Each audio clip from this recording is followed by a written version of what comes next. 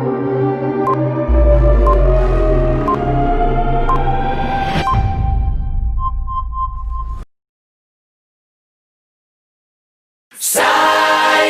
anak Malaysia, sayang anak Malaysia, sayang anak Malaysia, sayang anak Malaysia.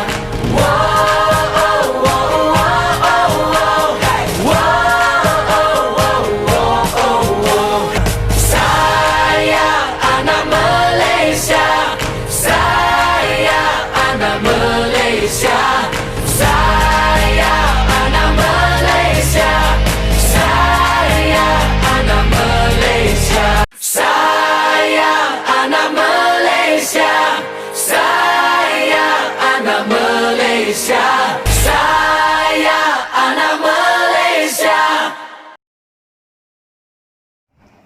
Assalamualaikum warahmatullahi wabarakatuh. Malaysia adalah sebuah negara yang berdaulat dengan identiti nasional yang tersendiri. Maka, kita telah ketahui Malaysia mempunyai keistimewaan tersendiri yang berkait rapat dengan berlatar belakangkan masyarakat yang terdiri daripada pelbagai etnik, mahupun Melayu, Iban, Cina, Melanau ataupun India dan pelbagai lagi etnik yang lain telah saling berhubungan antara satu sama lain dengan menggunakan bahasa rasmi sebagai bahasa perantaraan untuk mereka bertutur dengan lebih baik, iaitu bahasa Melayu.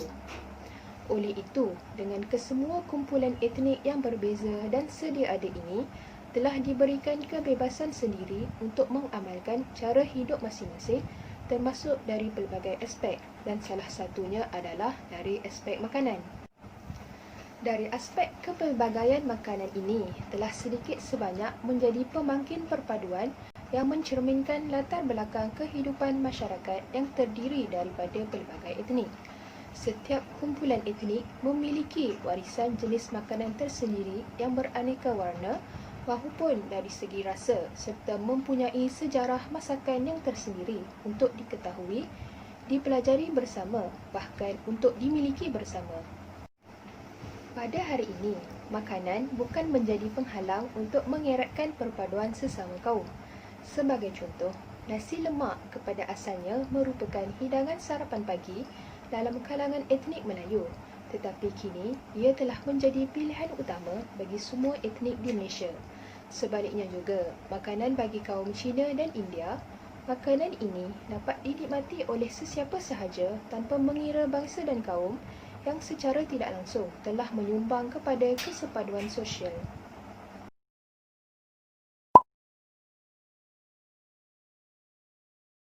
Keunikan Malaysia yang terkenal dengan rakyatnya yang berbilang kaum Melayu, Cina dan India. Ketiga-tiga kaum itu merupakan kaum yang terbesar di negara Malaysia yang mempunyai pelbagai adat dan budaya. Selain melihat sambutan perayaan, makanan tradisional juga mendapat sambutan daripada para pelancong. Justru, para pelancong juga dapat merasai pelbagai makanan tradisional di negara Malaysia. Makanan dapat menyatukan rakyat Malaysia menjadi satu Malaysia.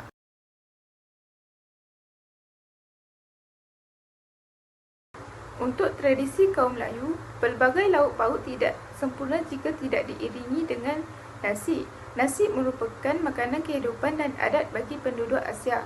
Antara makanan tradisinya ialah nasi lemak dan lemang. Nasi lemak merupakan menu Melayu dihidang pada waktu pagi. Nama nasi lemak mendapat gelaran daripada penggunaan santan untuk memasak.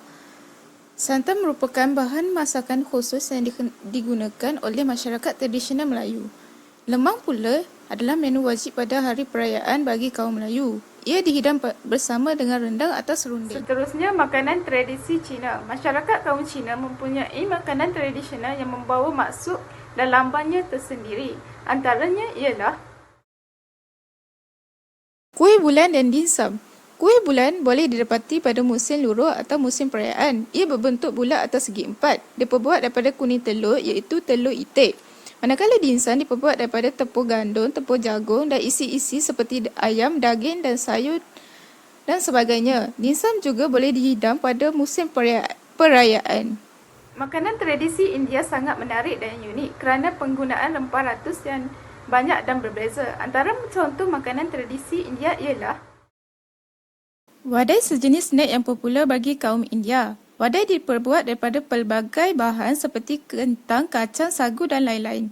Manakala thosai merupakan makanan tradisional kaum India yang berasal daripada Tamil Nadu, iaitu makanan ringan dihidang pada waktu pagi dan malam.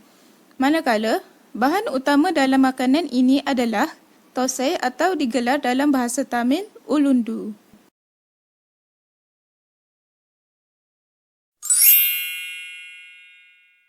Sebagai kesimpulannya, makanan tradisi sesuatu kaum dapat membentuk perpaduan dalam kalangan masyarakat majmuk. Assalamualaikum warahmatullahi wabarakatuh. Nama saya Nik Nur Hazani binti Asmadi. Seterusnya, saya akan menyambung kepada poin yang seterusnya iaitu makanan dan ruang sosial dalam konteks hubungan etnik. Umumnya, kita ketahui bahawa Malaysia merupakan sebuah negara yang mempunyai masyarakat berbilang kaum dan etnik. Setiap kaum dan etnik mempunyai keunikan mereka yang tersendiri dari segi makanan, percakapan, budaya, adat resam dan lain-lain. Sesuai dengan tajuk kami untuk video ini, kami akan memfokuskan kepada fungsi makanan dalam menyatukan pelbagai etnik. Keunikan makanan sesuatu etnik merupakan antara faktor yang dapat menyatu padukan pelbagai etnik di dalam masyarakat. Makanan juga dapat membahagikan individu kepada kumpulan sosial yang tertentu di dalam masyarakat. Penyatupaduan dan pembahagian tersebut bergantung kepada bentuk ruang sosial sesuatu makanan mengikut fungsinya di dalam masyarakat, khususnya masyarakat pelbagai etnik.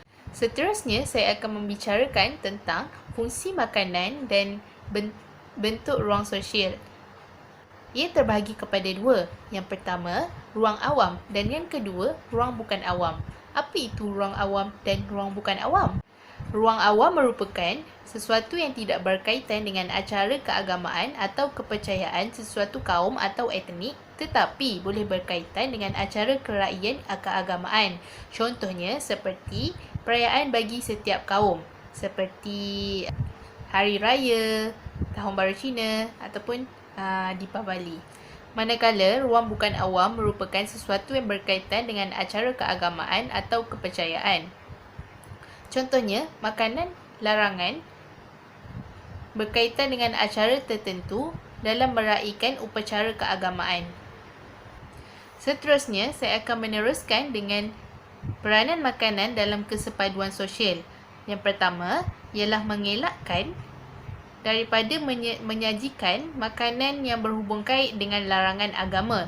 Contohnya, umum kita ketahui bahawa sajian daging merupakan sajian larangan bagi masyarakat India. Jadi, kita hendaklah menyediakan juadah lain di dalam acara yang melibatkan masyarakat India. Seterusnya, saya akan membawakan kepada anda satu contoh kepelbagaian makanan etnik dapat memupuk perpaduan di antara kaum di Malaysia. Di mana sebagaimana kita tahu bahawa makanan mempunyai daya tariknya yang tersendiri dalam menyatukan perpaduan antara kaum. Rata-rata rakyat Malaysia pada hari ini sudah pun mengenalinya. Bahkan Perdana Menteri kita Tan Sri Muhyiddin Yassin dalam satu sidangan pakej rangsangan ekonomi turut menyebut nama mereka berdua. Mereka ialah sepasang suami isteri yang berkongsi video pelbagai menu masakan warisan turun-temurun menggunakan medium YouTube. Dan daripada itu mereka turut bertutur dalam bahasa Melayu yang berjaya menambat hati rakyat Malaysia dari pelbagai peringkat umur dan pelbagai kaum. Mereka ialah Puan Pavitra dan Encik Sugu. Mereka menamakan channel YouTube mereka Sugu Pavitra, di mana subscriber mereka pada masa kini telah mencecah 776,000 subscriber dan secara tidak langsung menjadikan mereka rakan YouTube atau YouTube partner. Mereka turut berkongsi pelbagai menu masakan India yang mampu menarik minat pelbagai kaum untuk mencuba bersama. Video yang dimuat naik dalam YouTube bukan sahaja ditonton oleh rakyat Malaysia, akan tetapi terdapat juga penonton dari luar negara yang juga merupakan YouTube, iaitu Aichang RM, di mana mereka turut mencuba resepi mereka iaitu kari ayam, kemudian memuat naik di akaun mereka sendiri. pelbagai masakan tradisi India yang dimaknai sangat memberi impak yang positif dalam di mana rata-rata rakyat Malaysia menyokong dan mendukung hasil kerja mereka. Dalam pada itu, rakyat Malaysia juga meninggalkan komen-komen yang positif di dalam channel mereka. Sebagai kesimpulannya, kita dapati bahawa kepelbagaian masak makanan daripada pelbagai etnik menjadi pemangkin perpaduan di antara kaum. Ini kerana walaupun sesuatu makanan itu adalah asal usulnya daripada etnik Cina, akan tetapi ia menjadi kegemaran seluruh rakyat Malaysia. Secara keseluruhan, dapat dirumuskan bahawa makanan tradisi sesuatu kaum dapat membentuk perpaduan dalam kalangan masyarakat majmuk di negara kita. Masyarakat dapat mengenali dengan lebih mendalam makanan yang terkenal antara 3 bangsa terbesar di Malaysia, iaitu Melayu, Cina dan India. Selain mengetahui keunikan yang ada pada setiap jenis makanan tersebut, di mana makanan tradisi ini pula mempunyai keunikan yang tersendiri yang mampu menarik kaum lain untuk merasainya. Selain itu juga, makanan daripada pelbagai bangsa ini turut menyumbang kepada tahap pemahaman dan perpaduan kaum di Malaysia ini melalui makanan. Selain itu, dapat disimpulkan bahawa tahap perpaduan mengikut makanan setiap kaum masih di tahap yang memuaskan. Oleh itu, pendedahan mengenai makanan daripada pelbagai kaum di Malaysia perlu dikaji dengan lebih mendalam supaya masyarakat di Malaysia lebih mengetahui tentang kepelbagaian makanan, seterusnya tidak melupakan makanan-makanan tradisi masyarakat yang ada di Malaysia. Kerajaan juga perlu memainkan peranan yang penting seperti mengadakan kempen serta pesta makanan Malaysia supaya dapat menarik minat bukan sahaja dalam kalangan masyarakat tempatan, bahkan juga menarik minat pelancong asing untuk datang ke negara kita untuk lebih mengenali kepelbagaian budaya dan adat di negara ini, seterusnya dapat memperkenalkan negara kita hingga ke peringkat antarabangsa supaya masyarakat dapat berasa bangga dengan kepelbagaian makanan yang dapat mengeratkan perpaduan antara kaum. Inilah Malaysia, sebuah negara yang mempunyai pelbagai etnik. Tetapi bagaimana kita boleh menghidupkan suasana yang aman damai yang mana tidak terdapat di negara lain? Kesyukuran setiap rakyat diluahkan melalui perkongsian budaya dalam masa yang sama masih menghormati agama masing-masing.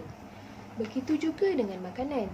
Kaum yang berbilang bangsa mengambil tahu tentang apa makanan yang boleh dimakan atau yang tidak boleh dimakan oleh masyarakat yang mempunyai perintah keagamaan masing-masing.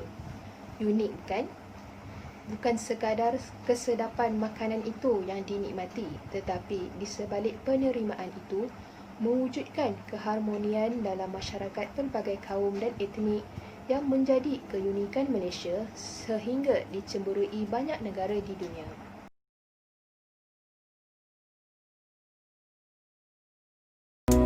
Alhamdulillah.